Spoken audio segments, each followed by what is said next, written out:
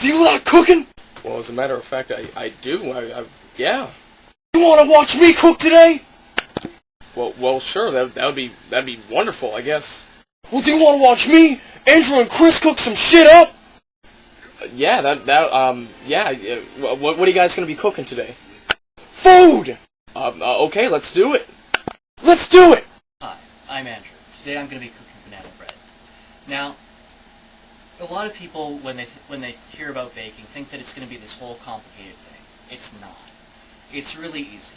All you need is the right materials, just to mix them up.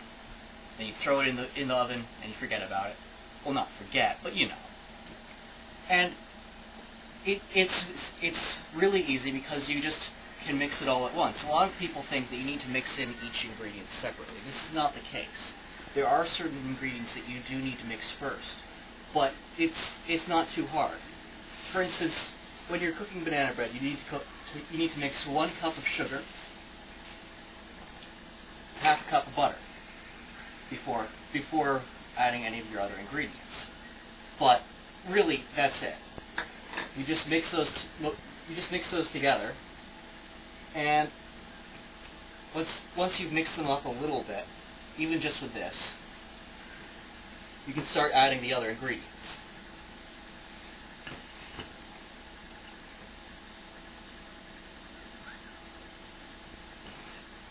Okay, so now we've got the butter and the sugar mixed together. What we have right now is frosting, but what we want is banana bread.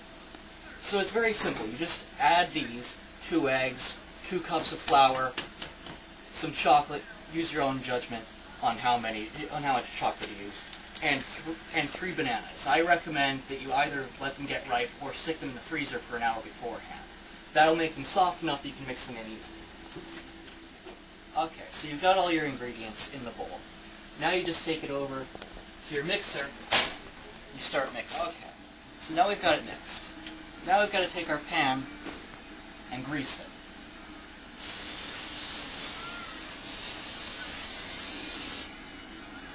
That should do. And we take this, and we carefully scoop it in. Cut.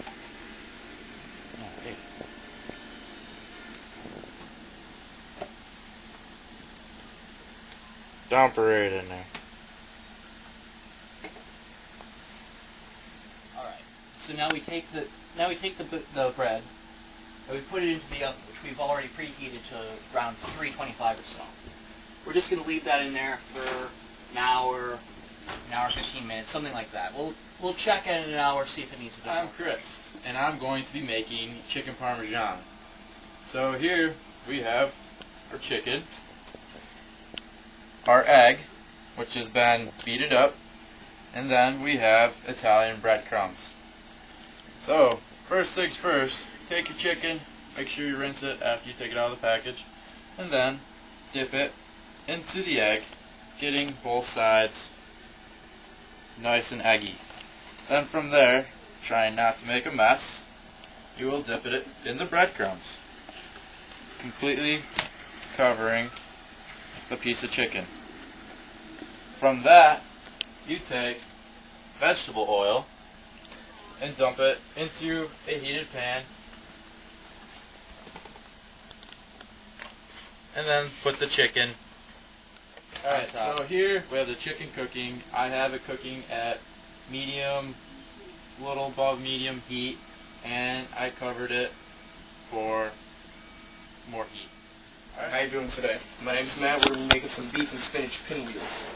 Alright, first thing we're going to do, we need 4 ounces of low-fat cream cheese spread, which I have very nicely prepared right here. I have it already measured to 8 ounces, so I'm just going to cut that right in half and throw this in the nice little mixing bowl I got here. Alright, next thing we need is 1 tablespoon of horseradish, which I have prepared nice here. This is extra hot. This is what's used in cocktail sauce along with ketchup. Nice. Get that nice and even. It's nice and even. I'll wash my hands after, so don't worry, guys. Alright, I'll throw that in. Alright, you know, just in case, you're going to throw a little bit more in because you never know. Alright, got that going. And then I'm going to mix this up a little bit. Alright, now that we got all the cream cheese and the horseradish mixed up in a bowl, what we're going to want to do is, since we're going to need to make the pinwheel and everything, we're going to have to spread this spreading all on this nice little tortilla I got nicely placed here. So, we'll just get one tortilla going just for display purposes. Get this nice and spread. Probably would have been a little bit better if the cream cheese was out a little bit longer just so I can get it a little more soft, because right now it's a little hard. It's kind of annoying to just spread all around like this. Alright, let's keep going. Cheese spread on there. What we're going to want to add is we're going to want to add the spinach and the roast beef. So you're only going to take a little bit of spinach. Hell, make it look pretty if you want. Take a little bit of spinach, just throw that stuff right up all in there. Alright, and then I'm going to throw the roast beef on it. Maybe just a slice or two. Let's see what I got with just this one slice. Add another one, just, you want to cover as much of the area as possible. Boom, look at that. And now, we're going to throw the provolone cheese on. Maybe just a slice or two. Let's see what I got with the one slice. Now, I was unable to get provolone, so what I have right now is I have some Swiss cheese. Nothing too bad, just as long as it's low fat, because this is a low-calorie kind of snack, kind of appetizer kind of deal. So, one more slice, and we're all ready to go. Wrap this up really nice. I can wrap this kind of good. Just make sure that you get everything under the wrap as much as possible. If you have to push in with your thumbs, that's quite alright. Just a nice little snack. Nobody's going to hurt you for it or anything. Alright. Now we're going to let this sit in the fridge for 1 to 24 hours, or I can make more and we'll have ourselves a snack. Alright, so now what I'm doing is boiling. We're getting water ready to boil, and then from there, after it's boiling, I will add spaghetti. The chicken is done. I put it on the back burner. I took it off the heat. I'm just letting it sit there now and absorb the Alright, so now that the spaghetti's done, we're going to drain it. Which, take your calendar, dump out the spaghetti. Now, simple ways to do it is if you rinse the spaghetti with hot water, the spaghetti will move around nice. If you don't want to rinse it, it'll be very clumpy, which is also okay. Now, after an hour or so, it should look about like this with the top cracking.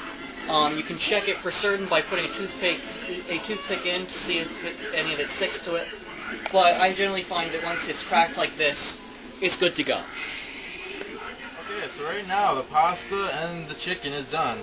I'm getting finished up, heating up the sauce, and then as soon as this is hot, or heated up enough, we will come from here over and place it onto these. Alright, so what we have here, we have already placed some sauce on top of the spaghetti and the chicken, and we're going to garnish a little bit on top with some mozzarella cheese.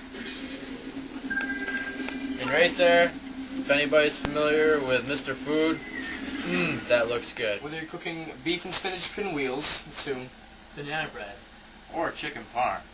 you're bound to have a lot of fun and to get some great food out of it. Thanks. Enjoy.